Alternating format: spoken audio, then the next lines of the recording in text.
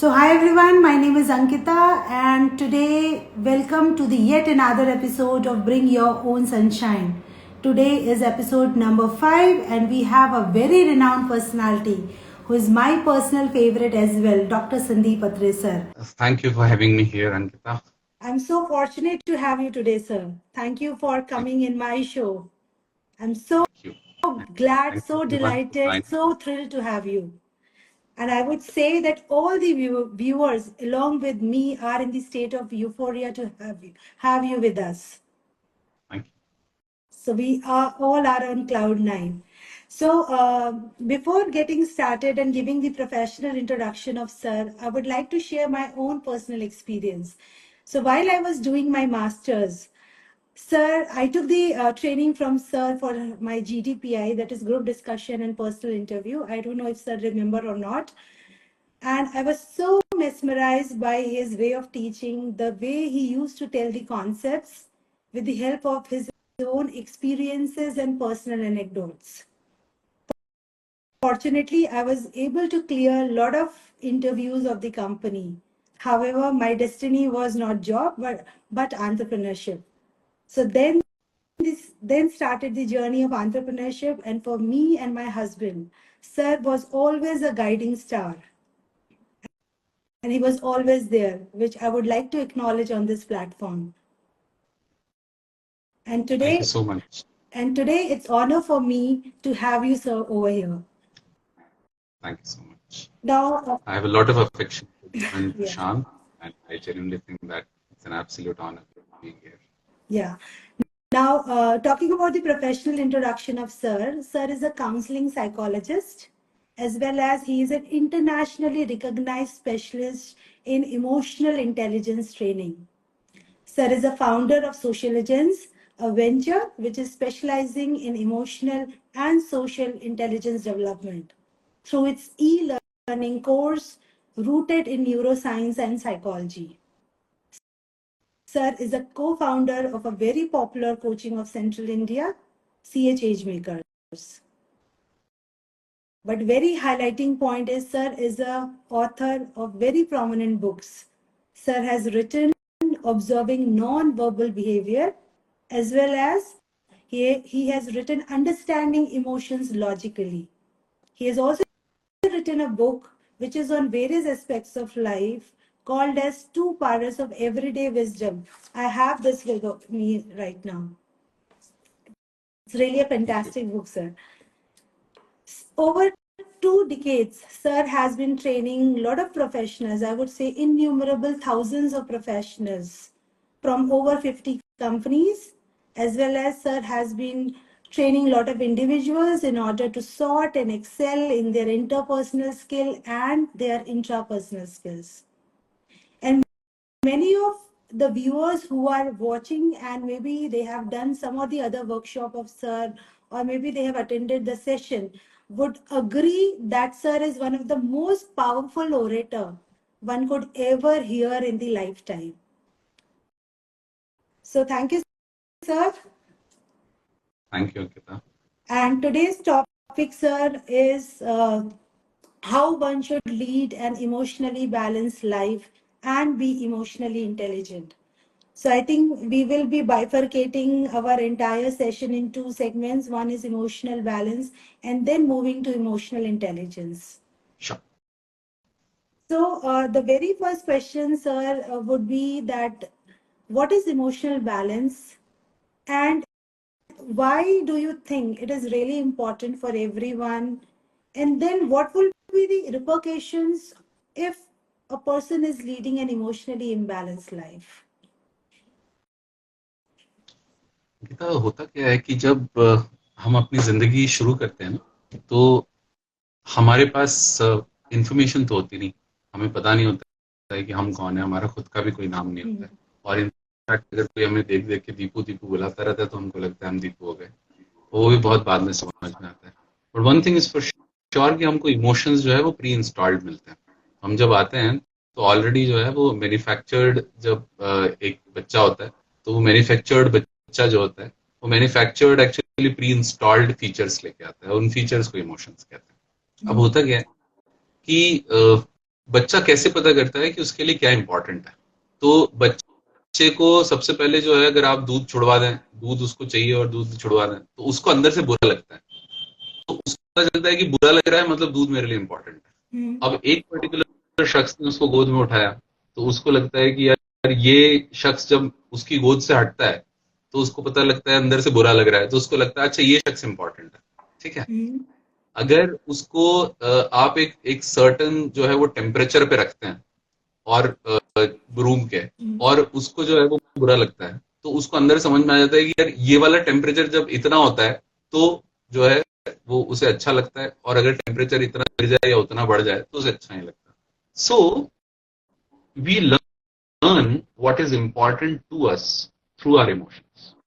हम्म, कुछ लोग मुझसे कहते हैं कि भाई अगर मैं किसी दूसरे देश में हूं और मुझे बुरा लग रहा है, तो मैं रिश्तों को मिस कर रहा हूं, तो अब मैं क्या करूं? तो भाई नॉन साइकोलॉजिकल एडवाइस होती है कि अपने आप को बिजी रखो, है ना? आप हम्म, अकेलापन महसूस कर रहे हो तो अपने आप को बिजी रखो।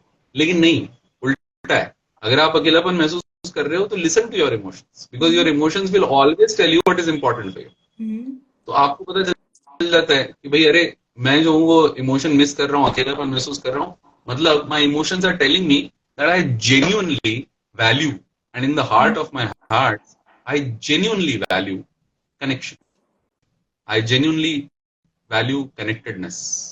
तो आपको पता ही चलता है उससे कि आपके लिए क्या इंपॉर्टेंट है, ये पता ही चलता है आपको इमोशन से। तो इमोशंस जो हैं वो दरअसल वो जो आपने देखा होगा ना, वो पोस्टेड नोट्स होते हैं, वो जो हम्म, अपनी पीली टिकड़ी लगाते हैं हम, तो वो हम्म, पोस्टेड नोट्स हैं कि दिस इज इंपॉर्टेंट। वो पोस्टेड नोट्स की जो वो टिकड़ी है ना, वो येलो, वो है इमोशंस।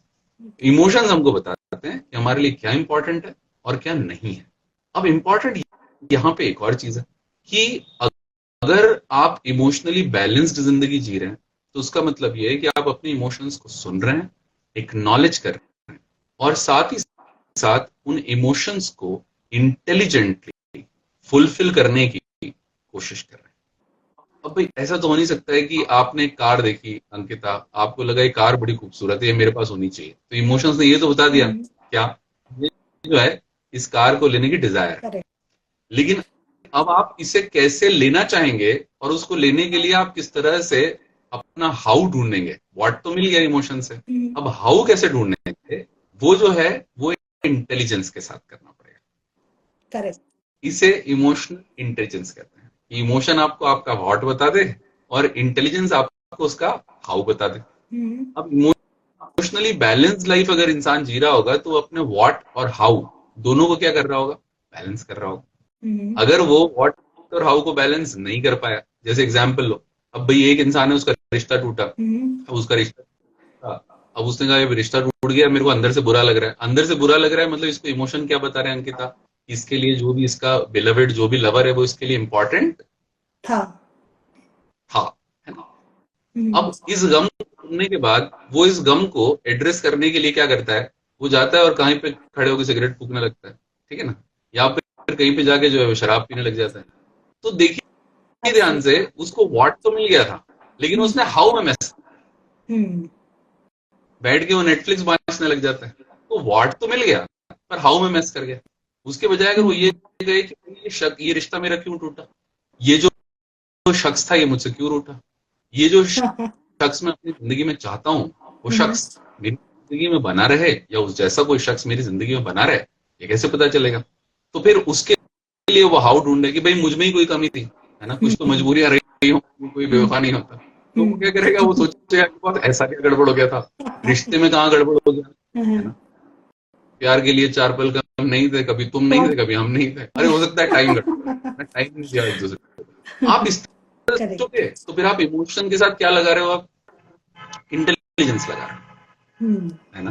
तो इमोशनली बैलेंस्ड लाइफ जीने का मतलब यह है कि इमोशनली इंटेलिजेंट लाइफ जीना। हम्म, आपका व्हाट आप इमोशन बताए, आपको हाउ आपकी इंटेलिजेंस बताए। और एब्सोल्युटली, अगर ये बिगड़ा बैलेंस, तो इंसान क्या करेगा?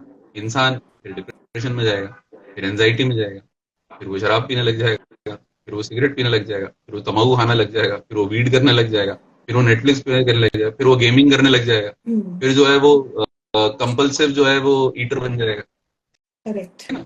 तो ये सब बैलेंस अगर बिगड़ा तो ये सब होता है। आई होप मैं थोड़ा समझा पाया। नहीं, बिल्कुल आपने समझाया सर, और बहुत एक्सीलेंटली समझाया। सो वो जो व्हाट और हाउ, उसका करेक्ट कॉम्बिनेशन, राइट, वो जरूरी है emotionally balance and then intelligent life के लिए। So sir, the next question ये है कि जैसे if the person is dealing an emotionally imbalance life और maybe he is moving towards that, so वो साइंस और सिम्टम्स उसको कैसे पता चलेंगे कि उसकी जो बैलेंस अब बिगड़ रही है वो यहाँ पे रुक जाए, and if he can capture that in early stage of life, और अगर उसने उसको कैप्चर कर लिया तो how he can save himself and when he can seek help, कब वो हेल्प ले सकता है, मे बी फ्रेंड से, फैमिली से, या फिर प्रोफेशनल हेल्प। बहुत अच्छा सवाल अंकिता। अब इसका जवाब मैं both as emotional intelligence expert and as a counselling psychologist दोनों दूंगा। पहले तो आप मुझसे जब पूछ रही थी कि ये कैसे पता चले कि आपका जो है वो इमोशनल बैलेंस बिगड़ रहा है, तो आपका इमोशनल बैलेंस बिगड़ रहा है ये भी आपको आपका इमोशन ही बताएंगे, है ना। जैसे एग्जाम्पल मैंने बताया था ना कि हमेशा इमोशन ही बताएंगे, डायग्नोस्टिक्स जो है वो सारी इमोशन का काम है। तो आपका इमोशन आपको बता देगा कि भाई इन दिनों जब रोना आता है तो बहुत रोना आता है, इन दिनों जब याद आती है तो बहुत याद आती है, इन दिनों जब निराशा होती है तो बहुत निराशा होती है, इन दिनों जब दुख होता है तो बहुत दुख होता है, इन दिनों जब गुस्सा आता है तो बहुत गुस्सा आता है, इन दिनों जब काम करने का जी नहीं करता तो दिनों दिन नहीं करता है, इन दिनों नींद नहीं आती है तो फिर बहुत बहुत वक्त तक नहीं आती। यानी क्या होता है, when any emotion starts lasting for natural duration, या in fact for a duration which is more than its natural duration, है ना। तो अगर एक जो है वो अपनी नेचुरल ड्यूरेशन से ज्यादा लास्ट करने लग जाए, ज्यादा ड्यूरेशन के लिए लास्ट कर जाए, तो फिर वो जो है वो ये बता रहा है कि प्रॉब्लम जो है कुछ ना कुछ तो होगा। भाई एक इंसान को रोना आया वो चुप हो गया, तो दूसरे दिन उठ के खड़ा हो गया और उठ के फिर जो है वो श्रीखंड खाने लग गया, तो फिर तो बढ़िया है ना। लेकिन आप जो है वो आपको दुख हो रहा है, आप रात को जो है वो परेशान हुए हैं, और फिर सुबह उठ के आपने जो है वो श्रीखंड आपको परोसा, आपने का नहीं खाने का जी नहीं कर रहा, अभी वो शाम तक जो है तो जी नहीं कर रहा, वो बात अलग है, श्रीखंड पसंद ही ना हो तो बात अलग है। सो द पॉइंट आपकी जिंदगी में जो है वो कोई भी इमोशन अगर ज्यादा चल रहा है, जैसे मैं इसको हमेशा ऐसा कहता हूँ, हर दुख का 13वां होना चाहिए, है ना।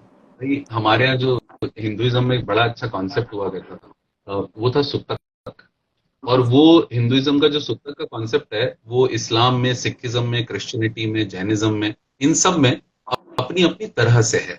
पर अगर चूंकि मैं इस वक्त सुतक की बात करूं, तो सुतक का कॉन्सेप्ट ये होता था कि भाई अगर फैमिली में किसी की डेथ हुई है या फैमिली में किसी का जन्म हुआ है, क्योंकि हिंदुइज्म मानता है कि साइकिल है कि यहाँ आपके पास कोई आया तो कोई निपटा होगा कहीं, है ना।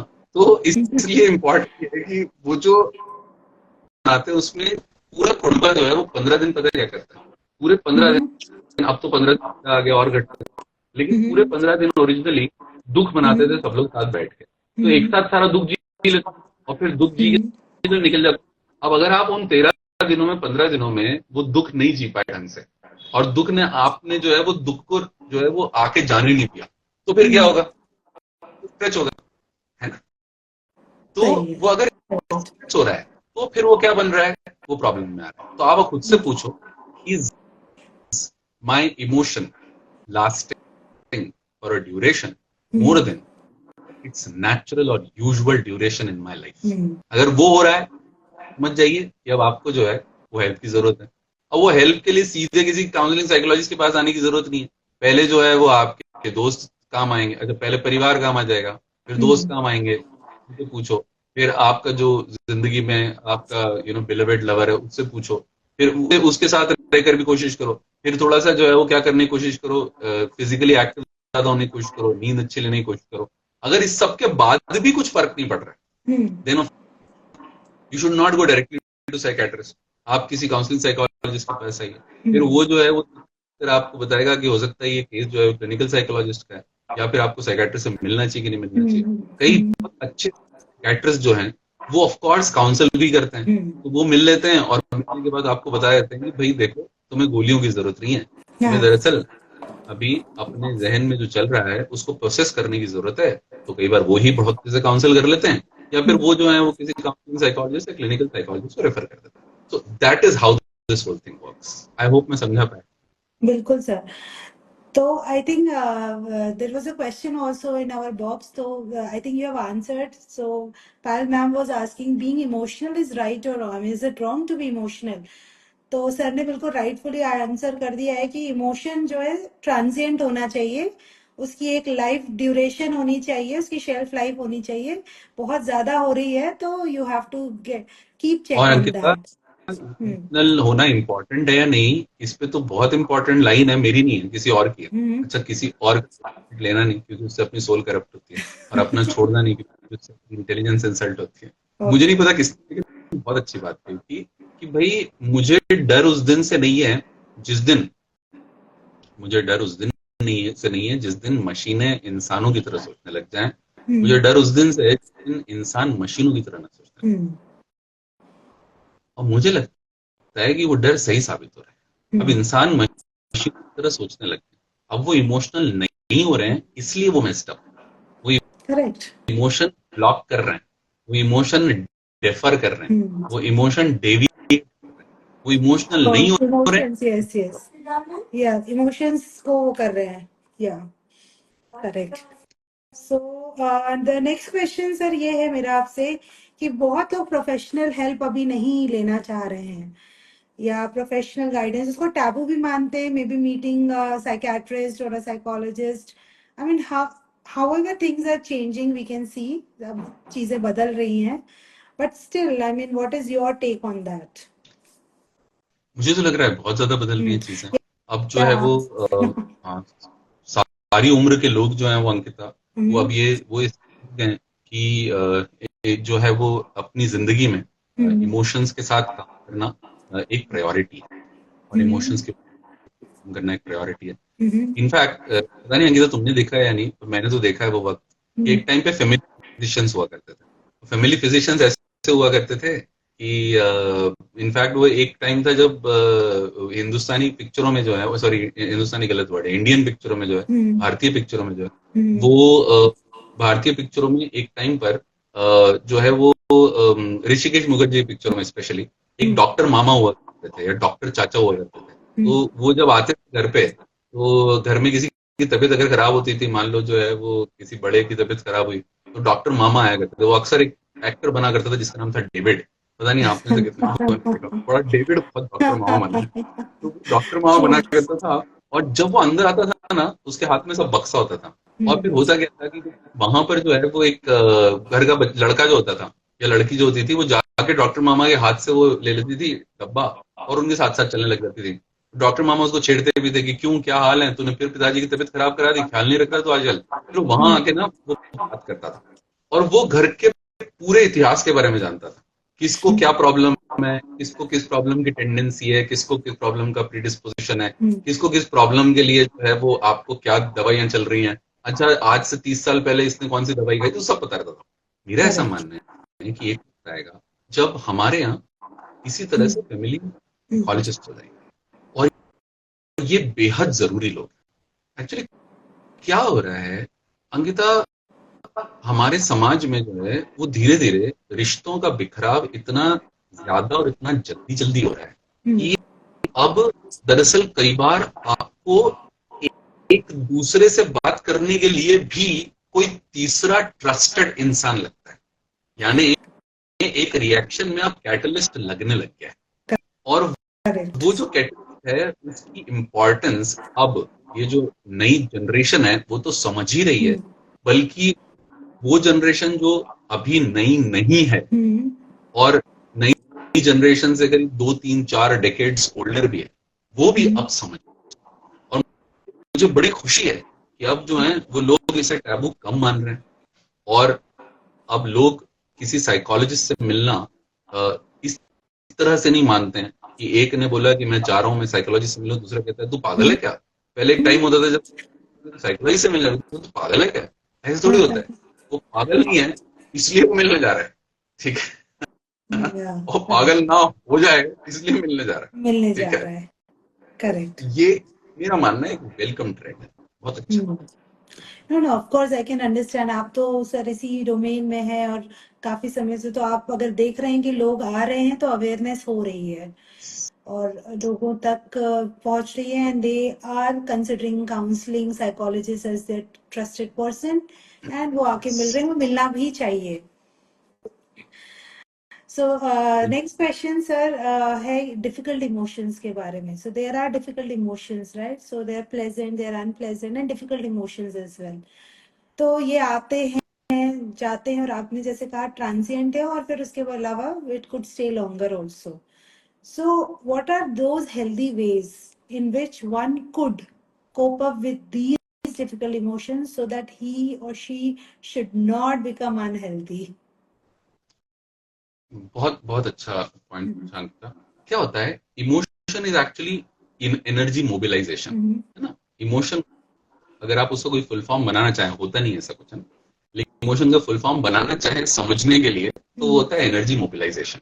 N energy can neither be created not destroyed, it can only change one form to another. तो अगर आप इमोशन को देखें, तो इमोशन स्पेशली डिफिकल्ट इमोशंस है, जिसको आप अनप्लेजेंट इमोशन कह रहे हैं, उनके लिए तो आपको हमेशा ध्यान रखना है कि आप इमोशन को डायरेक्ट करना सीखें। कैसे? एग्जाम्पल, भाई आपके अंदर जो इमोशन है, उनको आपको प्रोसेस करने के लिए कुछ बहुत ही अच्छी सी अपने आसपास की फैसिलिटीज दी हुई हैं। क्या दी हुई हैं? पहली, रिश्ते। अब ये रिश्ते हैं, ये बड़े काम के। मुझे वो शेर बहुत अच्छा लगता है, व्हाट्सएप पे तो हो नहीं, लेकिन मुझे कुछ लोग जो हैं वो कुछ अच्छे शेर सुना देते हैं जो वहां घूम रहे होते हैं। तो किसी ने वो बड़ा अच्छा शेर सुनाया मुझे सर आपसे कि, ये भी मैं क्वेश्चन पूछूंगी आगे, व्हाट्सएप पे आप क्यों नहीं हाँ है, इससे क्या इमोशन है आपका कनेक्टेड? बिल्कुल मैं आऊंगा उसके ऊपर। पता है वो शेर बड़ा अच्छा है। वो शेर है कि अगर बैठकर कभी खोल दिया होता यारों के साथ, अगर बैठकर कभी खोल दिया होता यारों के साथ, तो न खोलना पड़ता डॉक्टरों को औजारों के साथ। सुपर। दिल की बात हो रही है, कितनी खूबसूरत बात कि भाई एब्सोल्युटली। वो बैठकर अगर दिल खोल लिया जाए, और बिना बोतल खोले दिल खोला जाए ना, ये भी बड़ा इंपॉर्टेंट है। आजकल ये बड़ा नया नौटंकी चली है कि दिल तभी खोलते हैं जब बोतलें खोलें। अरे हद हो गई है। मतलब अगर बोतल खोलनी तो दिल खोलने के लिए लोग क्यों, लोग जानबूझ के इकट्ठे इसलिए होते हैं कि बोतलें खोलें। यार ये क्या बात हो गई, ये तो बात भाई बॉटल्ड अप होने का ये मतलब थोड़ी है कि आप बोतलें खोलेंगे तभी जो है वो आपके बॉटल्ड अप इमोशन निकलेंगे। तो अगर आप दिल खोलकर बात करें, तो दिल का बोझ कम होता है। इसका मतलब हार्ट अटैक सिर्फ स्ट्रेस, हार्ट अटैक और बहुत रीजन आते हैं, लेकिन एब्सोल्युटली। दिल का यस। बोझ बहुत कम। तो पहला तो रिश्ते। दूसरा, मुझे सच में लगता है कि एक पूरी जनरेशन में बहुत बेवकूफाना बात कही, बहुत ही अहमकाना बात कही थी, जब उस जनरेशन ने ये कहा कि पढ़ोगे लिखोगे बनोगे नवाब, खेलोगे कूदोगे बनोगे खराब। मुझे लगता है कि खराब आदमी नहीं गई थी, क्योंकि अच्छा हो सकता है उस बच्चे के लिए गई हो जो कि ऑफकोर्स बाहर आवारागर्दी करता रहता हो, धूप में खेलता रहता हो, पढ़ता नहीं हो। I am 100% sure there must be a logic to it. इतना तो समझ मेरे ख्याल में होती है। होता क्या है कि स्पोर्ट्स जो है ना, और यहाँ हम फिजिकल स्पोर्ट की बात कर रहे हैं, स्पोर्ट्स जो है ना अंकिता, स्पेशली यंगर डेज में, और ज्यादा अच्छा है 40s 50s 60s में भी जाया जाए। अब तुम तो दी हो प्रशांत, और तुम्हारा तो खैर बैडमिंटन को लेके पूरा वो है, एडवेंचर है, अपार्ट फ्रॉम द ग्लोबल और बाकी आपके जो फॉरेन एजुकेशन के बहुत सक्सेसफुल वेंचर्स हैं उसमें। तो अगर आप देखो तो आप पाओगे कि अगर स्पोर्ट्स को ध्यान से देखा जाए ना, तो Ankita sports was invented by society as a substitute for war. Okay. Okay. एक सोशियोलॉजिकल कॉन्सेप्ट है that sports was invented by society as a substitute for war. क्योंकि वॉर में क्या होता था, इंसान के अंदर सारा इमोशन जो है, गुस्सा उस्सा सब बाहर निकल जाता था। गुस्सा, खींच, चिढ़, रोष, एंग्स्ट, एंग्विश बाहर निकल जाता था। अब बार बार युद्ध तो नहीं करा सकते, बार बार युद्ध करेंगे तो बहुत नुकसान होता था, लोग भी मरते थे और जो है वो जान माल दोनों का नुकसान होता था। तो क्या किया, आईपीएल कराना शुरू कर दिया। अब कभी आईपीएल में तुम देखो, वहां पे वो जितने लोग वहां स्टेडियम में रहते हैं, जब आउट होता है कोई, तो क्या, तो ऐसे ऐसे कर करके ऐसे ऐसे करते हैं, वो ऐसे ऐसे कर रहे होते हैं, यस। किया है वो ऐसा ऐसा मुंह बना रहा होता है, और जो हारा होता है वो जो है वो अचानक से कैसा उदास होके जाता है। तो ये जो स्पोर्ट्स है ये कमाल की चीज है। इसमें क्या होता है पूरा इमोशन बाहर निकल जाता है। मैं अक्सर माँ बाप को समझाता हूँ कि आपका बच्चा जब क्रिकेट से हार के वापस आए, मैच हार के, गली क्रिकेट में मैच हार के वापस आए, तो माँ बाप ना अगेन बहुत ही इडियोटिक बात कहते हैं उसको, वो रोने लग जाता है, तो रोने लग जाता है तो पिताजी माताजी बिना बात ज्ञान बांटते हैं। वो ज्ञान पता है कैसे बांटते हैं? अच्छा, एक तो जिस ज्ञान के पीछे विज्ञान नहीं होना उसका संज्ञान नहीं लेना चाहिए, और जिस Absolutely. विचार को आचार में न लाया गया होना उसका प्रचार नहीं करना चाहिए। ये Hmm. मेरी लाइन है, खबरदार किसी भी व्यूअर ने इसको फेसबुक पे अपने नाम से डाला, ठीक है ना? Copyright. Copyright. कॉपीराइट। Yeah. तो पॉइंट है, अगर आप देखो तो पता है वो क्या, माता पिता पता है क्या ज्ञान बांटते हैं? वो ज्ञान ये बांटते हैं अंकिता, वो कहते हैं अरे इतनी सी बात पे हो रहा है, अरे खेलना तो खेल भावना से चाहिए, खेलना तो खेलने के लिए चाहिए, जीतने या हारने के लिए नहीं चाहिए। अरे उल्टा है, Hmm. खेलना जीतने हारने के लिए चाहिए। क्योंकि पता है क्या हुआ है, वो जो अभी आंसू बहा रहा है ना, वो Hmm. आंसू जब क्रिकेट में हारने पर बहा रहा है, हॉकी में, बैडमिंटन में हारने पर बहा रहा है ना, ये बहाते वक्त वो आंसू भी बाहर निकल रहा है जो इतने वक्त से अटका हुआ है। So, क्योंकि आपका जो मम्मी पापा का झगड़ा चल रहा है ना, कोल्ड वॉर, उस दौरान पर जो बीती थी ना, उसका रुका हुआ अक्रूर आंसू भी इसी बहाने बाहर गया। बाहर गया. Correct. Hmm. तो रिश्ते, स्पोर्ट्स, ऐसे और बहुत तरीके हैं, लेकिन मेरा ऐसा मानना है कि आप स्पोर्ट्स को इस वक्त फिजिकल एक्टिविटी की तरह देख लो, और रिश्ते को जो है वो दरअसल एक इमोशनल इंटरपर्सनल And एक्टिविटी की तरह देख sports, लो। I और think, ये sir, becomes a constructive activity rather than हाँ, destructive emotional drainage. बिल्कुल बिल्कुल, वेरी गुड। मतलब वो क्या इमोशन बाहर तो जाएंगे ना, अदरवाइज कैसे चलेगा? और Hmm. बहुत सारे तरीके, बट आई होप मैं ये दो जो है वो बता पाया।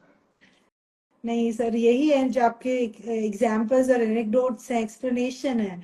आई mean everybody is looking forward to hear those, and उसी से सारा समझ में आ जाता है बहुत आराम से. सर, स्ट्रेस एंड तो भाई मैं एंजाइटी. एक बात और बोलूंगा थोड़ा सा, हाँ जी सर जी. क्योंकि अब मैं, मुझे अधूरा अधूरा लग रहा था, हम्म. और इसे क्या हुआ कि तुमने तारीफ भी कर दी बीच में, मेरे को लगा कि अब बोलना और जरूरी है, तो साबित तो करूं कि तारीफ करने लायक हूं। तो दो चीजें और हैं इसमें।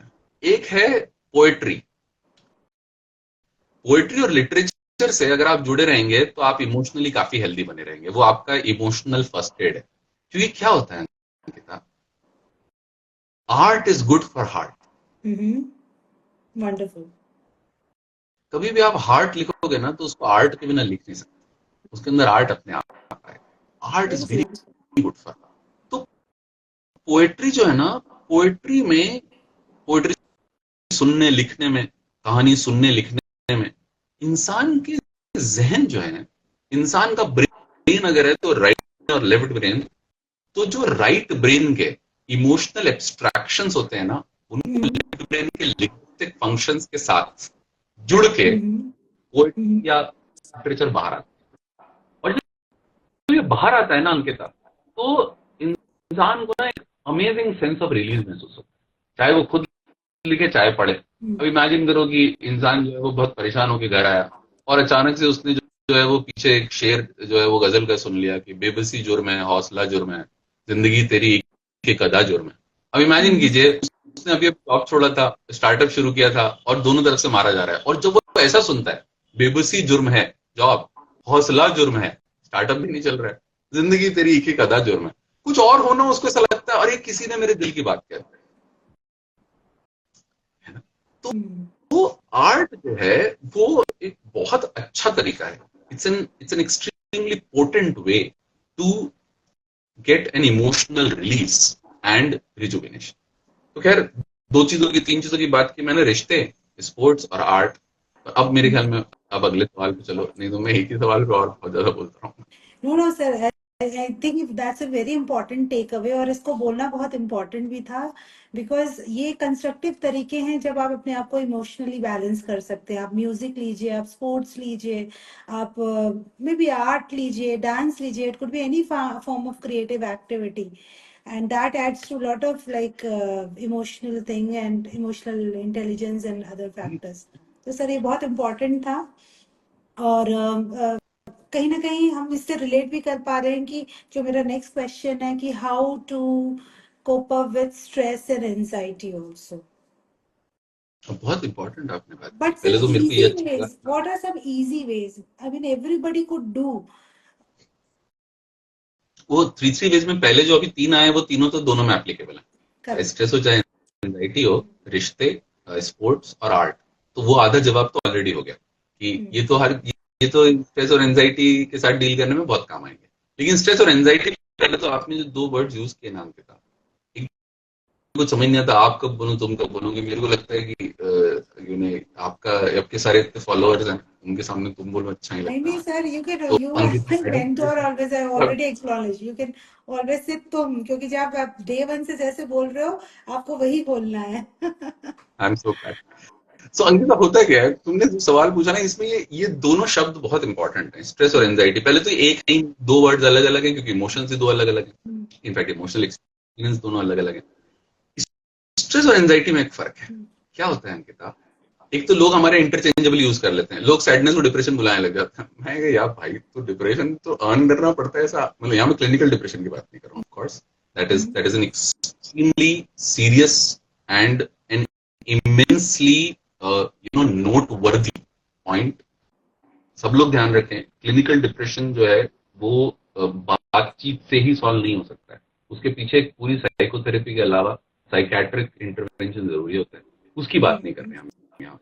इसलिए कोई कोई भी उसको लाइटली हम कभी नहीं ले सकते। लाइटली तो खैर हम किसी भी इमोशन को नहीं ले सकते, लेकिन उसके बारे में बात करते वक्त एक अमेजिंग अमाउंट ऑफ ग्रेविटी और अमेजिंग अमाउंट ऑफ सेनिटी की जरूरत होती है। और उसकी बात मैं फिलहाल नहीं कर रहे हैं। उसका तो बहुत बड़ा कंपोनेंट जेनेटिक्स से आता है, उसका बहुत बड़ा कंपोनेंट जो है जेनेटिक्स के अलावा अपब्रिंगिंग से आता है, न्यूरोकेमिकल इम्बैलेंस से आता है। उसकी बात नहीं करें। पर नॉर्मली लोग सैडनेस को जो है वो डिप्रेशन समझने लग जाते हैं। ऐसा थोड़ी होता है।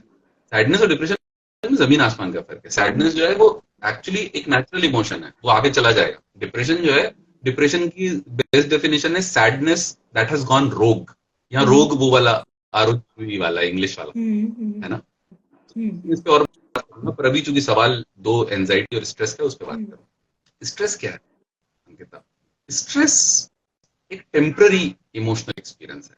जैसे मान लो कि तुमको ऑफिस जाना है, ठीक है ना। तुमको ऑफिस जाना है और ऑफिस में इस वक्त मान लो कोई ऑडिट चल रहा है या कोई पर्टिकुलर प्रोजेक्ट चल रहा है जिसकी डेडलाइन बहुत पास आ गई और तुमको बहुत स्ट्रेस हो रहा है। पर तुम्हें स्ट्रेस किस चीज का हो रहा है अंकिता, एक बार मुझे बताओ। अभी मैंने दोनों वर्ड यूज किए, डेडलाइन का। कुछ पॉजिटिव है, yes, for your work. Deadline है, आपकी मुझे पता है कि ये क्लास ही याद है, you stress distress, I remember. तो स्ट्रेस वो होता है when you have a clear identifiable stressor. जैसे किसी ने मेरे पाँव रख दिया, मैं आग किया, तो ये आग, ये दर्द नहीं है, ये दुख नहीं है, एक्चुअली स्ट्रेस है क्योंकि उसका पाँव मेरे ऊपर रखा हुआ है। अब उसे पाँव हटा दिया तो मेरा स्ट्रेस चला गया। तो stress has a clearly identifiable stressor, and when you remove the stressor, stress also goes down. Anxiety ऐसी अंकिता, एंजाइटी ना बड़ी अलग प्रजाति है। एंजाइटी की डेफिनेशन जो है ना साइकोलॉजी में, वो है फियर विदाउट फेस। क्या है Ankita? Fear without face, right. मतलब आपको अंदर से फियर की फीलिंग आ रही है, आपको समझ आ रहा है किस वजह से। There is no identifiable stressor.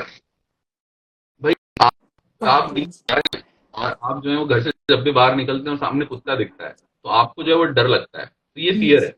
पर आप जब भी घर से निकलते हैं तब आपको अंदर से अजीब सा फियर मिलता है, भली कुत्ते नहीं आसपास, तो ये anxiety. Okay. Anxiety fear without face. जैसे कोई मुझे बोलेगा, मैं ना जब भी कभी अपने होम टाउन से बाहर निकलता हूँ ना, मेरे को एंजाइटी होने लग जाती है। अब ये जो एंजाइटी है ये किस बात से हो रही है, कोई उनसे पूछे और वो कह दे एक्चुअली इस बात से हो रही है कि जब भी मैं होम टाउन के बाहर जाता हूँ ना, तो मेरे जो भाई हैं, जिनको जो है वो मैं सौंप के जाता हूँ अपनी दुकान, मेरे को डर लगता है कि वो संभाल पाएंगे नहीं। अब ये एंजाइटी नहीं हो सकती क्योंकि this is fear with face.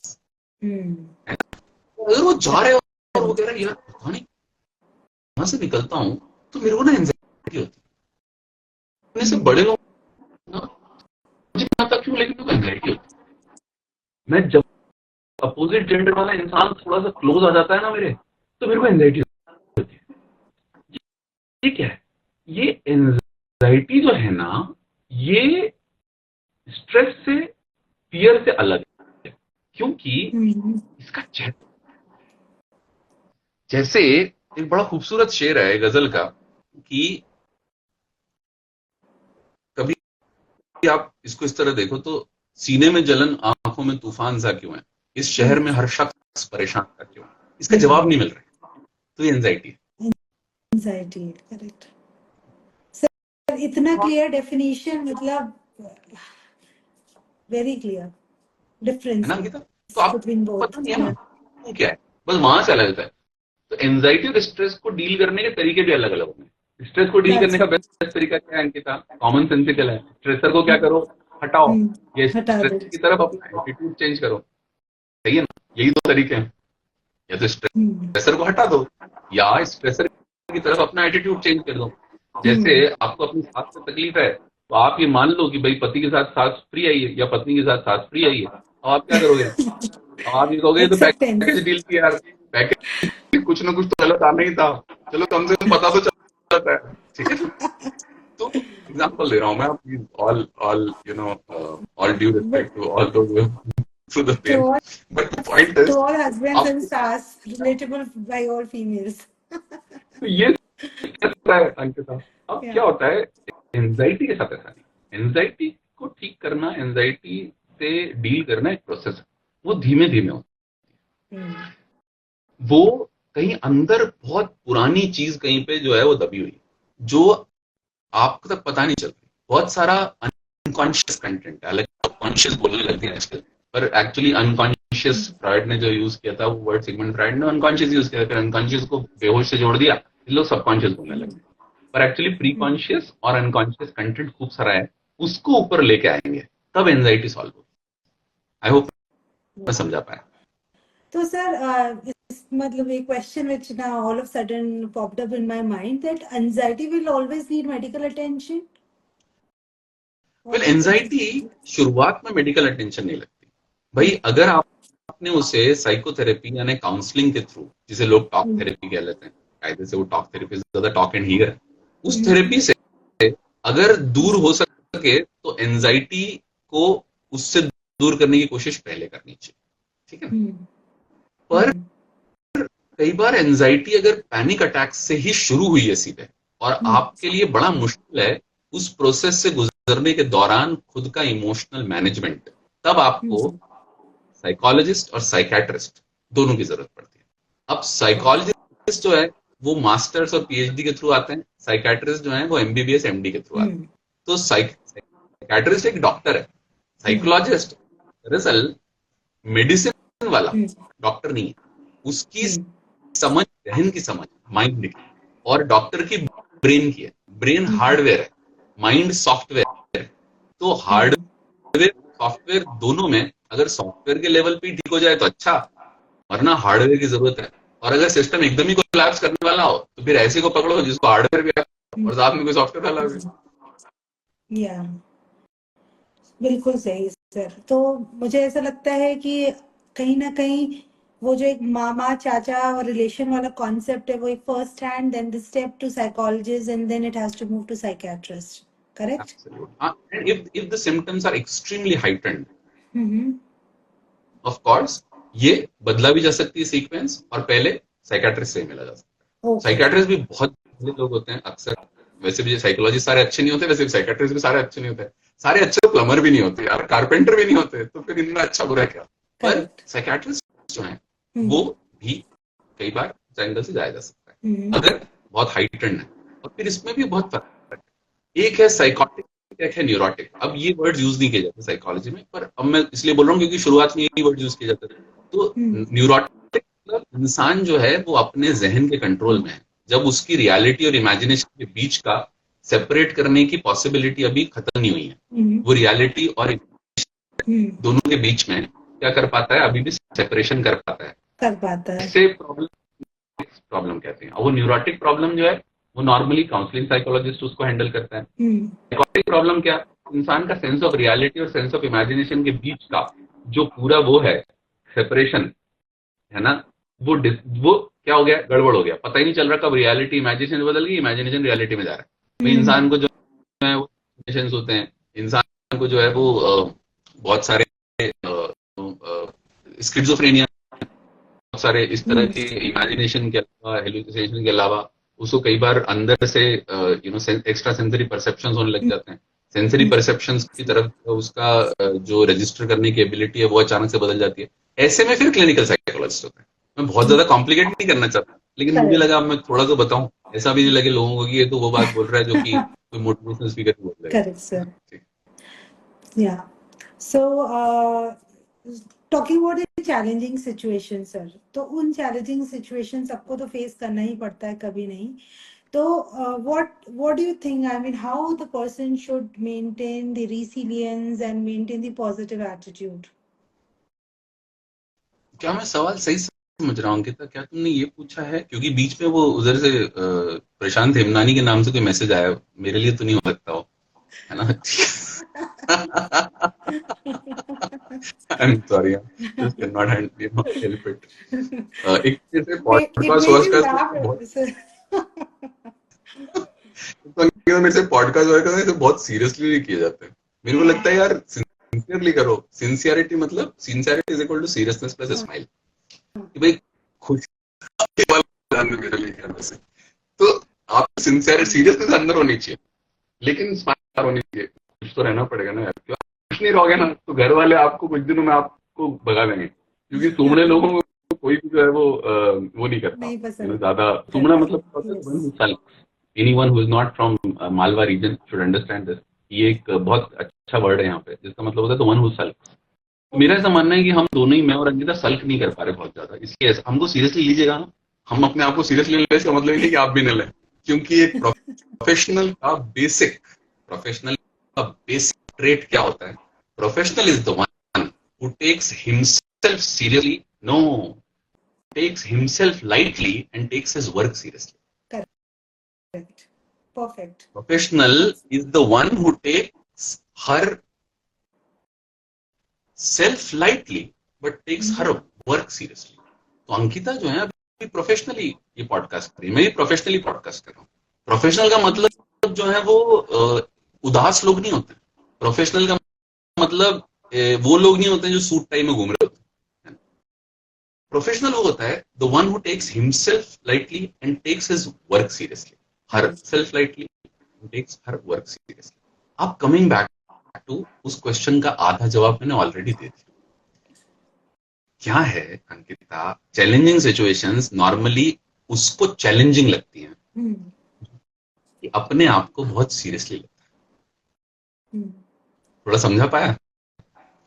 क्या होता है कि एक इंसान स्ट्रेस में तब आना शुरू होता है जब वो अपने आप को बहुत सीरियस लेने लगता है. और इंसान अपने लिए ये अहद रखना चाहिए कि वो अपने आप को लाइटली ले और अपने काम को सीरियस ले. मेरे बहुत नजदीकी मित्र हैं, और अब मुझे पता नहीं यहाँ नाम लेना चाहिए कि नहीं, लेकिन चलो मैं थोड़ा सा नाम बोल देता हूँ, सरनेम नहीं बताऊंगा, कल को जो मुकर पाऊंगा कम से कम, अरे आपका नाम थोड़ी लिया था मैं तो एक्चुअली तारीफ ही करना चाहता हूँ, उनका नाम पूरा लेना चाहता हूँ. तो वो क्या एडमिनिस्ट्रेशन में, तो हो सकता है वो बोल दें कि यार एडमिनिस्ट्रेशन वालों को चुनाव में आचार संहिता चल रही है, उनका नाम नहीं ले सकते. सुधीर, मतलब one of the best human beings I have. Sudhir sir क्या करते हैं, सुधीर सर बहुत इंपॉर्टेंट पोजीशन पे, तो हम सब लोग बैठे हुए थे एक दिन, ग्रुप बैठा हुआ था हमका, जो एक सर्टन एक्सचेंज प्रोग्राम में जो करीब आए थे, तो हम बात कर रहे थे, तो हमने सबने सुधीर सर को कहा, वो एडमिनिस्ट्रेशन में बड़े पोजीशन पे हैं, तो हम में से एक ने कहा कि आप इतने बड़े बड़े काम कर लेते हैं, आपको स्ट्रेस नहीं आता? तो पता है उनका जवाब क्या था? उनका जवाब था, मैं किसी काम को ऐसा करता ही नहीं कि वो बड़ा काम, क्योंकि जहां आपने काम को बड़ा बना लिया, मैं तो सारे काम उतने ही अच्छे से करता हूं, अपने आप को ये याद नहीं दिलाता कि ये बड़ा काम है, ये छोटा काम, क्योंकि मेरा वर्क एथिक फिर ऊपर नीचे हो जाएगा. तो मैं तो वर्क एथिक से काम करता हूं, मैं खुद को नहीं बोलता कि ये बड़ा काम. I loved that point. Here is a person who takes himself lightly but takes his work seriously. यही Very हम much. सबको जो है वो अपने बारे में याद रखना चाहिए।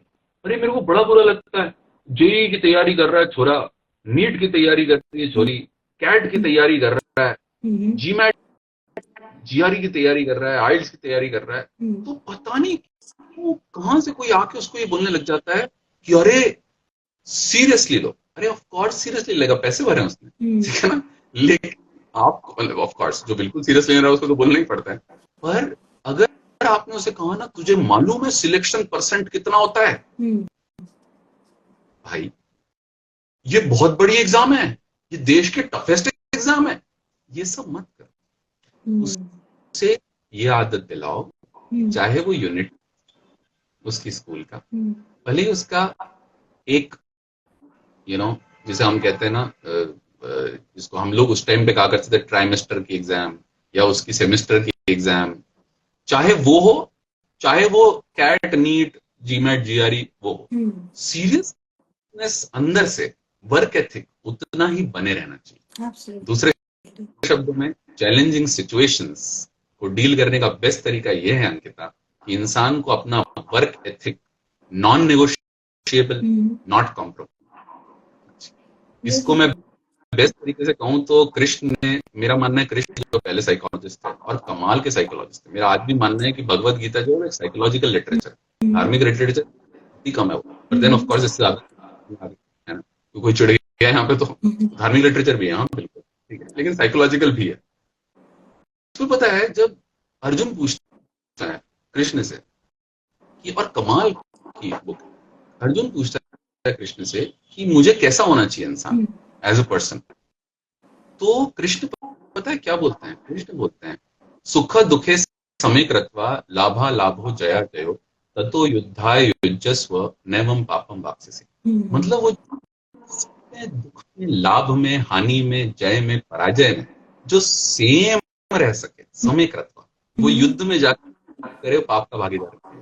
हम्म, कितनी खूबसूरत लाइन है। absolutely. अगर हम इस तरह का एटीट्यूड बनाए रख सकें तो चैलेंजिंग सिचुएशंस पता ही नहीं चलेंगी कब आई कब गई।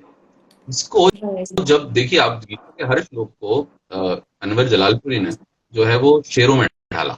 हम्म, देखिए क्या कमाल है, ये इसी देश में हो सकता है अंकित, कि हर श्लोक पर शेर जो है वो शेर में उसको वो किया जाए, ट्रांसलेट किया जाए। और अनवर जलालपुरी ने क्या खूब ट्रांसलेशन किया उसका, पूरी बुक की ट्रांसलेशन। उसमें पता है ये वाला शेर जो है वो इस वाले श्लोक के लिए क्या है, इस श्लोक के लिए जो शेर है वो है तवाजुन जो दुख सुख में कायम रखे, तबीयत हमेशा मुलायम रखे, हम्म, मिजाज अपना जो मुस्तकिल रख सके, जो मौके पे काबू में दिल रख सके, है वो मोहतरम गैर फानी, है वो मोहतरम गैर फानी वही, है दायम वही जावेदानी वही। क्या भाई बात है. Wonderful. Awesome. तो ये एटीट्यूड है।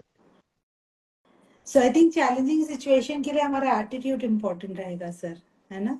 So it will go like this. वो अप्रोच आपको देखना पड़ेगी, जो आप सवाल था ना तुम्हारा, हाँ, उसमें सवाल था कि अप्रोच क्या होनी, तो अप्रोच ये होनी चाहिए। yeah, done. तो सर भी बहुत अच्छे गजल्स और नज्म लिखते हैं और इनकी बुक है बात जज्बात की. सही बोल रही हूँ सर मैं? बिल्कुल बिल्कुल। सो नाउ सर बात करेंगे इमोशनल इंटेलिजेंस की बहुत अच्छे से. I think everybody would have understood कि इमोशनल बैलेंस कैसे रख सकते हैं और चैलेंजिंग सिचुएशन, स्ट्रेस, एंजाइटी ये क्या है और उनको कैसे समझ सकते हैं. नाउ सर इमोशनल इंटेलिजेंस, सो ये है क्या? और इसको अभी बहुत ज़्यादा इसकी बातें भी होती हैं, but whether it is like individual या कॉर्पोरेट सेक्टर में भी. तो ये है क्या और इसकी क्या रेलेवेंस है, क्या इम्पोर्टेंस है? अंकिता, इमोशनल इंटेलिजेंस क्या होता है वो तो अपन ने पहले सवाल में ही ले लिया हाँ, था, राइट. और जो भी व्यूअर्स सुनना चाहेंगे वो शुरुआत में उसको सुन लेंगे और समझ हम्म, लेंगे कि इमोशन आपको व्हाट बताते हैं और हम्म, इंटेलिजेंस का हाउ बताना चाहिए। हम्म. और व्हाट और हाउ का एक कॉम्बिनेशन इमोशनल इंटेलिजेंस है ना। वो जितने लोगों ने बाद में ज्वाइन किया वो चाहें तो मेरे ख्याल में ये तो होते हैं ना अवेलेबल, ये वीडियो, Yes, ये जो yes, sir. वीडियोज I होते हैं। will share it. It will be available on mine and your post as well. Mm. Ankita जो है वो शेयर कर लेंगी, और आप जिन्होंने लेट ज्वाइन किया वो शुरुआत में सुन सकते हैं कि इमोशनल इंटेलिजेंस क्या होता है। अब ये क्यों इंपॉर्टेंट है वो मैं बता दूं, और क्यों प्रोफेशन में, कॉर्पोरेट में जो आपने कहा वहां इंपॉर्टेंट है, क्यों एकेडमिया में इम्पोर्टेंट है, क्यों जिंदगी के ऑलमोस्ट हर डोमेन में इम्पोर्टेंट है। क्या होता है अंकिता, आप कितने भी अच्छे सिस्टम्स प्रोसेसेस क्यों ना बना लो, कितने अच्छे सिस्टम्स प्रोसेसेस क्यों ना बना लो, किसी भी प्रोसेस के दो छोरों पे, छोर मतलब सिरों पे, तो किसी भी प्रोसेस के दो छोरों पे हमेशा दो छोरे ही होते हैं। दो छोरे ही होते हैं मतलब वहां पे दो लोग ही होते हैं कोई, ठीक है। आप कितने भी छोर बना लो, कितनी भी अच्छी प्रोसेस बना लो, वो प्रोसेस के जो दो सिरे हैं वहां पे हमेशा दो सिर ही होते हैं, है ना। वो सिर जो है कॉल्ड ह्यूमन बींग्स हैं। तो आप सारी सिस्टम प्रोसेसेस जो हैं वो तब तक सक्सेसफुली काम नहीं कर सकती जब तक कि वहां पर जो मौजूद दो लोग हैं जो उस सिस्टम के, उस प्रोसेस के दो सिरों पर हैं, जब तक वो इमोशनली इंटेलिजेंट ना हो। इसका बेस्ट एग्जांपल क्या है, चाइना ने क्या किया, चाइना ने ऐसी दीवार बनाई उनके साथ जो कि न तो भेदी जा सकती थी, न उलांगी जा सकती थी, और इतनी लंबी कि कमेंट भी नहीं हो सकती। पता है वो बनाने के बाद भी, आपको जान के आश्चर्य होगा, बनाने के बाद भी पहले 100 साल में ही करीब 3 बार उनके आक्रमण हो गए।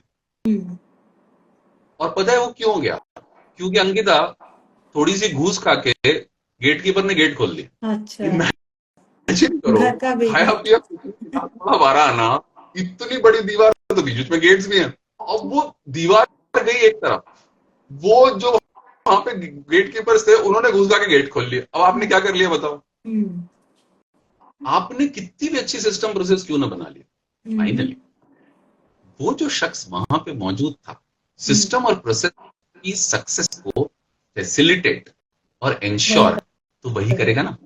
And no readymade solution to a man made problem, correct, absolutely, क्योंकि इंसान बार बार बदल जाता है और इंसान समझना बहुत मुश्किल है।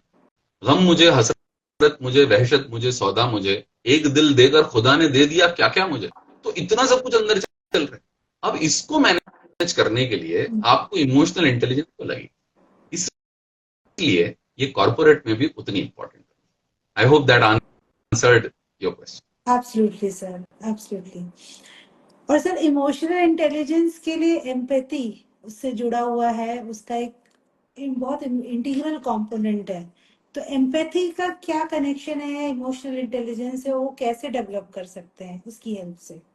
अरे वाह, ये तो एम्पैथी डेवलप करना नहीं पड़ती, क्योंकि एम्पैथी तो हमारे को प्री इंस्टॉल्ड है। आप करेक्ट, छोटे से बच्चे को भी, छोटा सा बच्चा, बिल्कुल छोटा सा बच्चा, कुछ दिन का छोड़ दी, कुछ आवर्स के ऊपर भी एक्सपेरिमेंट है, कुछ दिन का बच्चा जब ऊपर देख रहा है और आप उसको देख के मुंह बनाओ ना, तो वो जो है वो आपका जो आप मुंह बना रहे हो ना, फेस पे जो एक्सप्रेशन आ रहा है ना, वो रेप्लिकेट करता है। क्योंकि एम्पैथी का जो सर्किटरी है, एम्पैथी की जो सर्किटरी है ना, वो इंसान प्री इंस्टॉल्ड लाता है। हमारे जो ब्रेन है उसमें मिरर न्यूरॉन्स के 4 सिस्टम्स हैं, और मिरर न्यूरॉन्स जो हैं, मिरर न्यूरॉन्स मतलब ये होते हैं कि मैं जब अंकिता को इस वक्त मुस्कुराता हुआ देख रहा हूं तो मैं भी मुस्कुरा रहा हूं। भाई एज अ काउंसलिंग साइकोलॉजिस्ट मैं किसी के सामने बैठा हूं और जब वो रो रहा होता है तो आप मानेंगे नहीं, कई बार मैं रो रहा होता हूँ, एक्चुअली रो रहा होता हूँ, मतलब मेरे आंसू टपक रहा होता है, तो एक्शन उसको एंड समझ में नहीं आता कि ये रिएक्शंस, क्यों रो रहा है, यस। कि भाई मैं एक्चुअली इसलिए रो रहा हूँ क्योंकि तुम रो रहे हो, क्योंकि जो मिरर न्यूरॉन वो तो सामने वाले को देखकर अपने आप ही अंदर महसूस करने लग जाते हैं वो चीज। दैट तो इज एम्पैथी एम्पैथी। इंस्टॉल्ड है। आप कहेंगे अच्छा एम्पैथी इंस्टॉल्ड कैसे है, अंकिता आप सोच के देखो, पिक्चर में शाहरुख खान जो है काजोल को गले लगा रहा है, वहां पे बैठे हुए लोग क्यों मुस्कुरा रहे होते हैं, जो भी मिल रहा है शाहरुख और काजोल को मिल रहा है ना, तुम क्यों मुस्कुरा रहे हो, हम इसलिए मुस्कुरा रहे होते हैं क्योंकि हम भी गले लगा रहे होते हैं। इसके लिए अभी थोड़ी देर पहले ना जो है वो प्रशांत ने अभी एक कमेंट में बहुत अच्छा वर्ड यूज किया था, वो था वाइकैरियस। वाइकैरियस मतलब ऐसा महसूस हो जैसे आपने किया, है ना। वाइकैरियस बड़ा खूबसूरत वर्ड है इसमें। तो एक वाइकैरियस फीलिंग इंसान के अंदर होती है कि भाई आप जो हैं वो जब आप रोते हैं तो मैं भी रोता हूं, आप हंसते हैं तो मैं भी हंसता हूं। अब वापस आए क्वेश्चन पे, तो एम्पैथी तो डेवलप नहीं करनी पड़ती, एम्पैथी के सर्किटरी आपके अंदर प्री इंस्टॉल्ड है। तो फिर एम्पैथी को जगाना पड़ता है क्या, नहीं, एम्पैथी को जगाना भी नहीं पड़ता, बस फिर वहीं आ जाए। अगर आप अपने इमोशन को सुनेंगे if you will listen to your emotions, then emotions will tell you what is important. समझ रहे हैं ना? अब भाई एग्जाम्पल दो कि मैं अंकिता और प्रशांत हम लोग जो है वो एक दुकान पे, और दुकान पे जो है वो पानी पूरी वाला था। अब पानी पूरी वाले ने हमको पानी पूरी दी। अब उस टाइम पानी पूरी जब वो दे रहा है तो उसने एक दोने में ऐसे 5-6 जो है वो दबा के ऐसे वो पानी पूरी में किसी में आलू डाल के, किसी में सेव डाल के, सब में पानी डाल के ऐसा दिया है। अब इस वक्त ध्यान से, इस वक्त प्रशांत देख रहा है किसको? पानी पूरी। ठीक है कि पानी पूरी नहीं गिरे, अंकिता देख रही है वो हाथ को जिससे उसने पानी डाला है कि ये हाथ साफ था कि नहीं। और मैं देख रहा हूं इंसान को कि वो जो है वो ये पानी पूरी का दोना देते वक्त जो है वो उसको कितनी तकलीफ हो रही है, क्योंकि उसको ऐसा लग रहा है कि उसके हाथ से छूट न जाए। तो आप ध्यान से, सेम सिचुएशन में हम 3 लोग जो हैं वो अलग अलग डेटा प्रोसेस कर रहे हैं। एब्सोल्युटली। ठीक है ना? अब अगर प्रशांत पानी पूरी को देख रहा है तो प्रशांत खुश होगा इस वक्त, क्योंकि पानी पूरी आ रही है, पानी पूरी सही आ रही है। इस वक्त अंकिता को शक हो रहा है कि यार दोस्त इसने हाथ नहीं धोए, तो ये टेंशन में आ रही है। और मैं इस वक्त पर्सन को देख रहा हूँ कि पर्सन कितनी परेशानी में है, तो मैं इस वक्त एम्पैथी ज्यादा कर रहा हूँ। अब I hope you got the point. Her situation में टास्क से रिलेटेड और लोगों से रिलेटेड इनपुट जनरेट होते हैं, डेटा जनरेट होता है। जो टास्क वाले जो है वो इनपुट्स को प्रोसेस करने लग जाते हैं, उनकी एम्पैथी कम हो जाती है। जिनको ह्यूमन एंगल दिखने लग जाता है उनकी एम्पैथी बढ़ जाती है, और जिनको दोनों मिल जाता है उनको कॉग्निटिव एम्पैथी और इमोशनल एम्पैथी दोनों मिल जाती है, और बस फिर हो जाता है कमाल। फिर इमोशनल इंटेलिजेंस जो है उसकी शुरुआत हो जाती है। करेक्ट। सो या भाई उसमें आपको कुछ करना नहीं है, वो ऑलरेडी है आप में। आपको बस you have to make sure that you register it, and you can only register it when from here. आप एक बात याद रखें, ये लाइन मेरी नहीं है पर जिसने कही है खूब कही है। We were supposed to love people and use things, we ended up using people and loving things. Absolutely. What deep thought. Make us think again. वहां अब तुम अगली बार हाथ मत देखना, और प्रशांत तुम सुन रहे हो तो पानी पूरी मत देखना। अब देखेंगे। Sir, indirectly you have commented on the ladies' thought process, huh? They think about. No, I have not commented on that. भाई मेरे को बड़ा डर लगता है अभी कोई कह देगा कि भाई आपने जो है वो रिमार्क जो है बड़ा सेक्सिस्ट रिमार्क दे दिया, तो मैंने तो नहीं किया। No, sir. Everybody loves you, and I think I am being continuously seeing some very, very, very admiring comments for you. Sir, अब ये जो high EQ है या low EQ है, right? तो EQ का parameter and then to quantify it's really difficult, right? It's a cumbersome process, I think. वो तो एक अलग ही चीज हो जाएगी which we cannot discuss here. But at least how a person can identify his low, he is having low or high. उसको at least वो उसका qualitative पता कर सकता है क्या? However, you told that everybody is having that thing, but वो कहीं ना कहीं दब गई है या कम है, उसको कैसे वो वर्कआउट भी कर सकता है? अंकिता, एक तो बहुत अच्छा हुआ अंकिता, क्योंकि अंकिता और मैं इसके पहले भी ये बात कर रहे थे, कल की बात हो रही थी। तो अगर हम क्वांटिटेटिव मेजरमेंट पे चले जाएंगे तो ये सेशन बहुत बोरिंग हो जाएगा। उसके टूल्स हैं, उस पे नहीं जाते। क्वालिटेटिवली एक इंसान जो है वो रूल ऑफ थंब के थ्रू कैसे समझ सकता है कि उसका ईक्यू हाई है कि लो है, सवाल ये है। अब पता है अंकिता, इसमें बड़ी इंटरेस्टिंग बात क्या है कि कई लोगों का ना मुगालता होता है कि उनका ईक्यू हाई है अगर उनको बुरा नहीं लगता, ठीक है, अगर उनको गुस्सा नहीं आता। ठीक, लोग कहते हैं कि भाई मेरा जो है वो मेरा ईक्यू बड़ा हाई है। लोग कहते हैं कि भाई उनका ईक्यू बड़ा हाई है क्योंकि हुआ ये है कि मेरे को जो है वो दुख नहीं होता। नहीं नहीं नहीं, ऐसा कुछ नहीं। ईक्यू का इमोशनल स्ट्रेंथ से कोई रिश्ता नहीं है। यहाँ वर्ड सुनिएगा सभी लोग ध्यान से, इमोशनल स्ट्रेंथ से कोई रिश्ता नहीं। भाई आप अगर मुझे इस वक्त जो है वो चिल्ला देंगे तो मेरे को बुरा क्यों नहीं लगेगा? भाई गालिब जो है वो चचा गालिब तक कह गए हैं ना कि दिल ही तो है ना दर्द से भरना आए क्यों, रोएंगे हम 1000 बार कोई हमें सताए क्यों, है ना। अब तुम सताओगे तो हम रोएंगे नहीं। तो भाई चचा गालिब बिल्कुल सही कह गए। अब चाचा ये कह रहे हैं कि अगर आपको जो है वो आप कुछ ऐसा बोलोगे तो बुरा क्यों नहीं लगेगा। अब मेरे को बुरा लग रहा है अगर किसी बात का, तो वो ईक्यू की निशानी नहीं है कि मेरे को बुरा नहीं लगना चाहिए। इंपॉर्टेंट ये है, इमोशनल स्ट्रेंथ जैसा कुछ नहीं होता, हम सबको इमोशनली अवेलेबल तो रहना चाहिए, वरना मजा है ना, वरना मजा क्या आएगा। वो निदा फाजली साहब का बड़ा खूबसूरत दोहा है, 2 और 2 का जोड़ हमेशा 4 कहां होता है, सोच समझ वालों को थोड़ी नादानी दे मौला। तो नादानी तो होनी चाहिए ना, इंसान को फील तो होना चाहिए ना कुछ। तो अब अगर आपको फील हो रहा है और आपको थोड़ा दुख हुआ, बुरा लगा, तो इमोशनल स्ट्रेंथ नहीं है, चलेगा। इंपॉर्टेंट ये है कि आप में इमोशनल स्ट्रेंथ नहीं है पर इमोशनल रेजिलियंस है कि नहीं। Absolutely. रेजिलियंस खूबसूरत शब्द है। रेजिलियंस क्या होता है, एक ना बड़ा खूबसूरत टॉय होता है बच्चों का, उसको कहते हैं वीवर। अभी जो वीवर है वो पता है क्या होता है, वो वीवर ये है कि एक ऐसा टॉय होता है प्लास्टिक का जिसका मेटेलिक बेस होता है। तो बच्चों उस अंकिता थोड़ा विजुअलाइज कर पाई ना, एक मेटेलिक बेस है, टॉय है प्लास्टिक का, वैसा फूगा। तो आप बच्चों ने उसको ऐसा क्या करता है, ऐसा जोर से उसको पंच करता है। तो वो क्या करता है, जैसे ही पंच करता है तो वो क्या करेगा, मेटेलिक बेस से प्लास्टिक बॉडी है तो पीछे जाएगा। वेरी गुड, वो पीछे जाएगा और वापस आएगा। अब जो वो पीछे जाके वापस आ रहा है ना, उसको रेजिलियंस कहते हैं। तो एक इंसान को जो है वो अपना ईक्यू सही तरीके से चल रहा है, काम कर रहा है कि नहीं, रिलेटिवली ओके है कि नहीं, वो पता चल जाता है कि इमोशनली वो स्ट्रांग हो ना हो, लेकिन वो इमोशनली रेजिलियंट है कि नहीं। Very correct. मैं एक अच्छे घर की क्या खासियत होती है अंकिता, एक अच्छे परिवार की क्या खासियत होती है, क्या परिवार में लड़ाई नहीं होती। अरे परिवार में लड़ाइयां होती रहनी चाहिए। मेरी ताई जी बड़ी खूबसूरत लाइन कहती हैं, वो कहती हैं, वो निमाड़ी में कहती हैं कि लड़ता रहनू जुड़ता रहनू।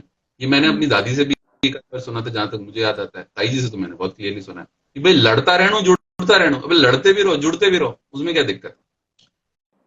तो जब जैसे मेरे पापा, मेरी मम्मी, मेरी दादी, जब बचपन में मैं ताऊ जी, जब मैं बचपन में, जब बिल्कुल ही बचपन में था, तो इन लोगों ने जो कहा हो, वो कभी कभी पलट के सोचता हूं तो सोचता हूं क्या कमाल की बात है कही इन लोगों ने। ये लोग ऐसा क्या कह गए, दादा दादी, ताऊ जी ताई जी, मम्मी पापा, मामा मामी होंगे, ये इतने सारे लोग। नाना नानी तो मैंने देखे नहीं, क्योंकि मेरी मम्मी जो है वो, उन्होंने अपनी मम्मी को नहीं देखा था, उनकी मम्मी की डेथ हो गई थी जब वो बहुत। तो मेरा ऐसा मानना है कि भाई वो सब क्या सिखा रहे थे, वो हमें ये सिखा रहे थे अंकिता कि स्ट्रांग जैसा कुछ नहीं, पर रेजिलियंट होना। आपको अपनी कन्वेंशनल विजडम से भी सबको जोड़ना चाहिए। करेक्ट। मुझे ना आज जितने लोग यहाँ पे सुन रहे हैं ना, उसमें से जितने भी लोग 30 के नीचे हैं, है ना, जैसे प्रशांत तो मेरे ख्याल में भी 18 का होगा अगले साल। तो जितने भी लोग जो है वो 30 के नीचे हैं, वो प्लीज मेरी बात ध्यान से सुनिएगा।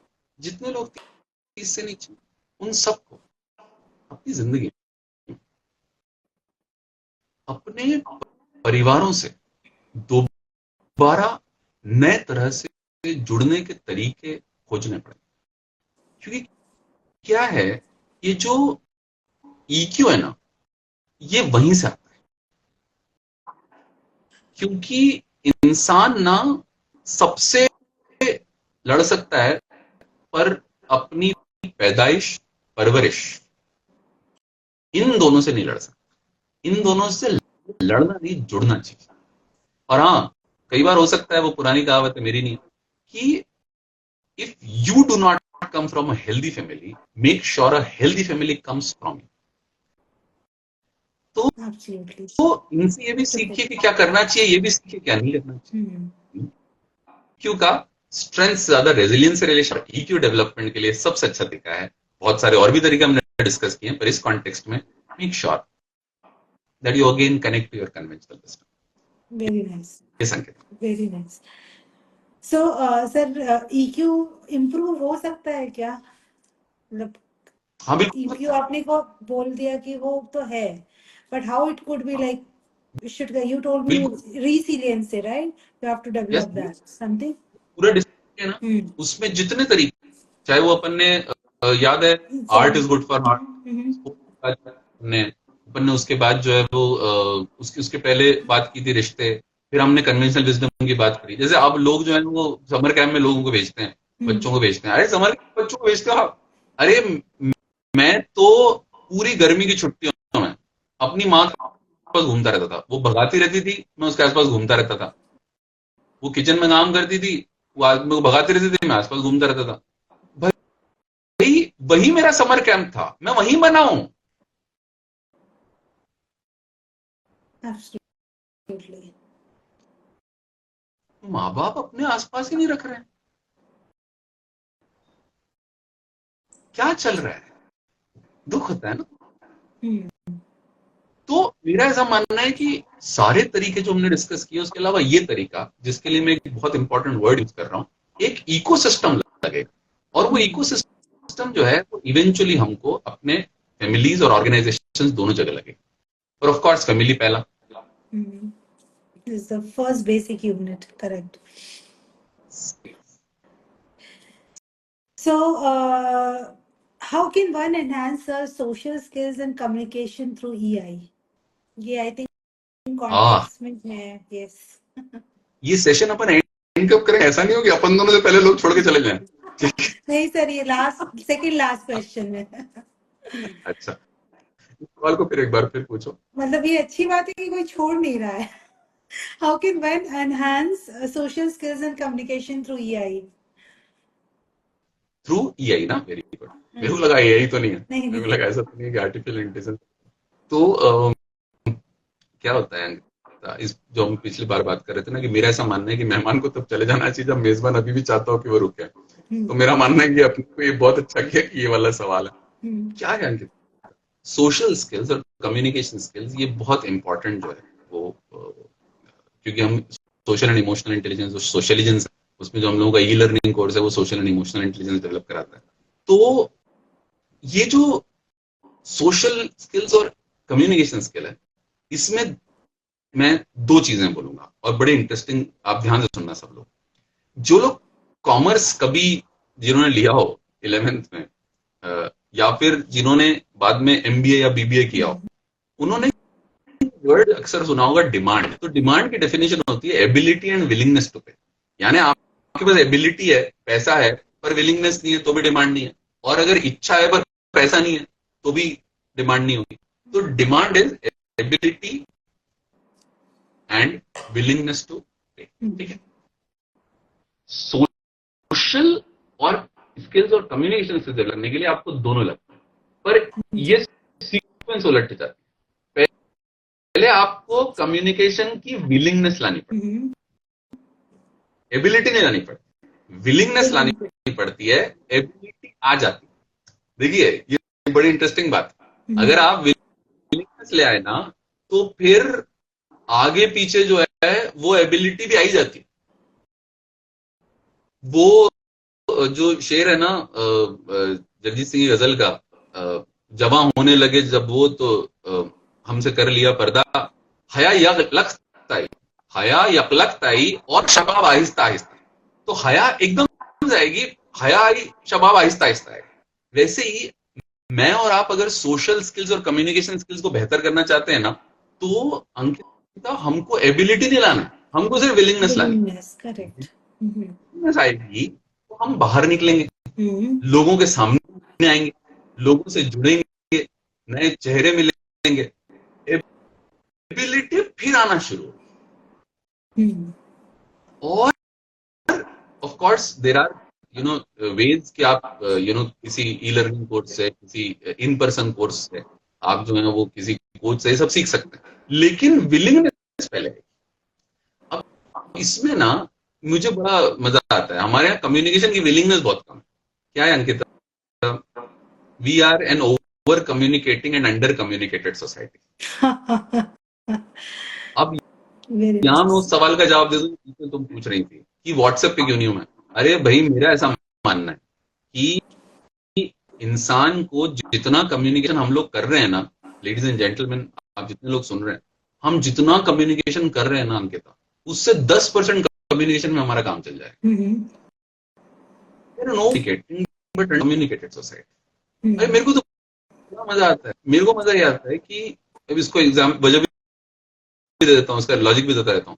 मेरे को एक ने सेमिनार के लिए बुलाया, एक जगह ने, एक यूनिवर्सिटी वाले ने। अब उसने क्या किया मालूम है? उसने पहले मेरे को फोन करके पूछा क्या आप आएंगे, मैंने कहा आ जाऊंगा। फिर उसने कहा कि मैं आपको जो है वो कहाँ ये सब भेजूं, मैंने ईमेल आईडी दे दी कि भाई ईमेल पे भेज दो ये सब डिटेल्स। ईमेल पे उसने डिटेल्स भेज दिए। अब मैंने तो कह दिया आप मेरे को बता दो क्या क्या चाहिए मेरे से इन्फॉर्मेशन, आपको मेरा इंट्रोडक्शन चाहिए, ये चाहिए वो चाहिए, आप बता दो। मेरा फोटो चाहिए आपको जो है वो बनाना है, उसमें डिजाइन डिजाइन। अब उसने कहा कि हाँ आप मेरे को ये भेज दीजिए। फिर मेरे को उसने अगली बार बोला कि मैं ये भी भेज दीजिए। फिर मैंने वो भी भेज दिया। फिर उसके बाद उसने हफ्ते भर पहले मेरे को याद दिलाया कि आप आएंगे ना, मैंने कहा हाँ साहब आऊंगा मैं। फिर उसने 2 दिन पहले मेरे को message, looking forward to meet you. फिर उसने एक दिन पहले मेरे को जो है वो रात को याद दिलाया। अरे मैंने कहा भाई इतना क्यों कम्युनिकेट कर रहा है यार। मैंने एक ही बार में एक ही बार में समझ में आ जाता है कि आना है कहीं। पता है उसकी गलती नहीं है अंकिता, वो ना चोट खाया है। वो दूध का जला छाछ भी जो है वो फूक के पीता है, क्योंकि उसने किसी को एक बार कम्युनिकेट किया था पिछली बार और वो आया ही नहीं पट्टा। तो ये क्या है, वंस बिटन ट्वाइस शाय हो गया। अब ये लोगों को 8-8 बार बताता है कि आना आना प्लीज आना, आ रहे हो ना, आ ही जाओगे ना, पहुंच गए ना, कहां तक पहुंचे। अच्छा, कभी सोचा हमने क्या किया है? हमने कम्युनिकेशन की सेंक्टिटी खो दी है। कम्युनिकेशन की सेंक्टिटी थी। पता है एक टाइम पे तार होते थे, तार का मतलब टेलीग्राम। तो उस वक्त क्या होता था कि टेलीग्राम में ना जो है ना वो हर उसका पैसा लगता था। तो उस वक्त ना अक्सर लोग चिट्ठी में भी ऐसा लिखते थे, चिट्ठी को तार समझना, है ना? और तार में वो एक एक वर्ड को बिल्कुल जमा जमा के लिखते थे कि ज्यादा कम्युनिकेट न करना पड़े। मुझे लगता उन्हीं लोगों के पास शायद कम्युनिकेशन की सेंसिटिविटी थी। हमें कम्युनिकेट करने का मौका क्या मिल गया, हम तो इतना कम्युनिकेट करने लग गए कि जिसकी हद। फिर वहीं आ जाओ, विलिंगनेस टू कम्युनिकेट लाइए, और फिर अगली स्टेप पे एबिलिटी टू कम्युनिकेट को डेवलप कीजिए। विलिंगनेस आएगी और एबिलिटी को लाया जाएगा, क्योंकि एबिलिटी जो है वो उसके ऊपर काम करना पड़ता है, लेकिन विलिंगनेस जो है वो एटीट्यूड है, उसको अंदर डेवलप करना। और जब ये होगा तो यकीन मानिए सोशल कनेक्शंस का अपना एक मोमेंटम होता है। भाई कई बार ऐसा तो होता है ना कि आप कहते हैं बुआ जी आ रही है, अरे यार बुआ जी आ रही है, माय गॉड बुआ जी आ रही है, और बुआ जी को नहीं आना चाहिए, बहुत मेरे को समझ नहीं आ रहा है। और फिर बुआ जी आ जाती है, थोड़ी देर बैठते हैं, थोड़ी देर बाद अच्छा लगने लग जाता है। हम कहते हैं उस पार्टी में नहीं जाना यार, बहुत पकाते हैं लोग यार, बहुत पकाते हैं। वहां पहुंच जाते हैं, थोड़ी देर बाद अच्छा लगने लग जाता है। क्यों? अरे भाई इसलिए अच्छा लगने लग जाता है क्योंकि हम इवोल्यूशनरी साइकोलॉजी के एंगल से देखें तो एक पुरानी कहावत है, there is safety in numbers. यानी अगर काफी सारे लोग हो जाए बस तो अच्छा लगता। फिर family that eats together, prays together, stays together. Organization learns together, plays together, stays together. फिर वो साथ बना रहेगा और मोमेंटम आगे ले जाएगा। Very nice, very beautifully said. And I think, sir, the last question, because I have to take one question on Gen Z generation, the current generation. And sir, उन वो कौन से फैक्टर्स हैं जो नए फैक्टर्स भी हैं which are affecting the emotional balance of this Gen Z generation, because ये बहुत कुछ भी देख रहे हैं, they are actually having a unique pressures also and lot of complexities also they are facing. COVID-19 देख लें हम, mass shootings देख लें, so there are a lot of things which are going on. So what factors are there which are most contributing and what parents can do?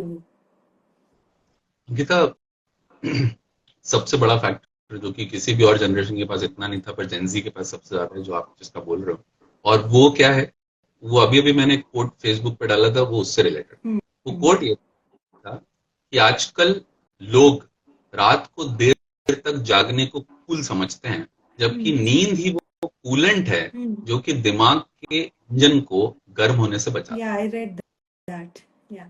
पता है अंकिता, जेन जी की सबसे बड़ी दिक्कत पता है क्या है? ये लोग ना गलत गाने गाने लग गए। वो गाना पता है क्या था? वो था सूरज डूबा है यारों। अगर पहले होता तो ये होता सूरज डूबा है यारों, चलो सो जाओ। लेकिन अब ऐसा नहीं, अब सूरज डूबा है यारों तो जग उठ जाओ। सूरज डूबा है तो सो जाओ। नहीं, अब सूरज जो है वो किसी और चीज में डूबेगा। अरे ये क्या बात? अब आप अगर वक्त पर सोएंगे नहीं तो वक्त पर उठेंगे नहीं। अगर आप वक्त पर उठेंगे नहीं तो दिन की शुरुआत बिगड़ेगी। अगर आप रात को वक्त पे सो नहीं रहे, अब अच्छा दिन में हफ्ते में एक आध बार कोई 1-1:30 बजे सो रहा है वो चलेगा। मैं ये नहीं कह रहा हूं कि एग्जाम टाइम कोई 2 बजे तक सो रहा है वो चलेगा। मैं इन जनरल बात कर रहा हूं। इन जनरल अगर आप नींद नहीं लेंगे तो फिर जेनजी ने अपने इमोशनल इम्बैलेंस का सारा सामान इकट्ठा किया हुआ है। Ladies and gentlemen, do not underestimate the power of sleep. Gen Z को इस एक नए चैलेंज का अब कैसे पार पाना है उसका अब तरीका निकालना। साथ साथ इट इज इंपॉर्टेंट कि भाई माता पिता जो है वो लीड फ्रॉम द फ्रंट करें। अगर वो आजकल पता है, आजकल ये जितने 50-60 के 70 के लोग हो गए ना, ये लोग भी मोबाइल में हाथ में ले लेके मोबाइल में और इतने वक्त तक देखते रहते हैं, मैं क्या बताऊं। मतलब आजकल जो है वो बच्चों से तो ठीक है, पिताजी से भी छुड़ाना मुश्किल हो जाता है लोगों का। तो मेरा ऐसा मानना है you have to lead from the front. और ये तभी हो पाएगा जब हम सब लोग याद रखेंगे कि हम जानवर, सोशल एनिमल्स, और जैसे एनिमल्स रोज सुबह अपने घोंसलों, घरेंदों, आप जितने भी हैं, जितने घोंसले हैं, घरौंदे हैं, बिल हैं, गुफाएं हैं, इन सब से रोज सुबह निकल जाते हैं। और रोज शाम को जब आप कभी आसमान की तरफ देखेंगे तो पक्षी लौट रहे होते हैं, अपने आप लौट रहे होते हैं। सब जानवर अपने बिलों, घरौंदों, घोंसलों, गुफाओं में वापस आ जाते हैं। जितना हम सूरज के आसपास जिए उतना हमारे अंदर का एनिमल जो है वो अलाइंड रहे, और उतना हमारे अंदर का सोशल पार्ट जो है वो balance. Absolutely. Wonderful. So I think, sir, this has actually completely explained our all the questions, और बिल्कुल clarity के साथ sir आपने बताया with such a good examples, and everybody was sticked. Though we had a very long session, but everybody is so sticked. So I think thank you, sir, again. Thank you, Ankita. बहुत Thank you for insightful था. having me here. And it's a wonderful initiative that you have taken. You know, everybody जो यहाँ पर join किया हुआ है, she is she's an immensely successful entrepreneur, a very good teacher, and above all, she's a wonderful human being. A lot of wishes to you, and thank you again. Thank you so much. Thank you. This session was extremely good. Thank you, sir, again. और मैंने सोचा नहीं था आपका कभी मैं interaction लूंगी ऐसे, है ना? So it's all like all, I think, keep showering your blessings on us for sure, sir. Absolutely. Thank you so much. So thank you, viewers, for watching us and being stick to this, due to the seat till now. Thank you again.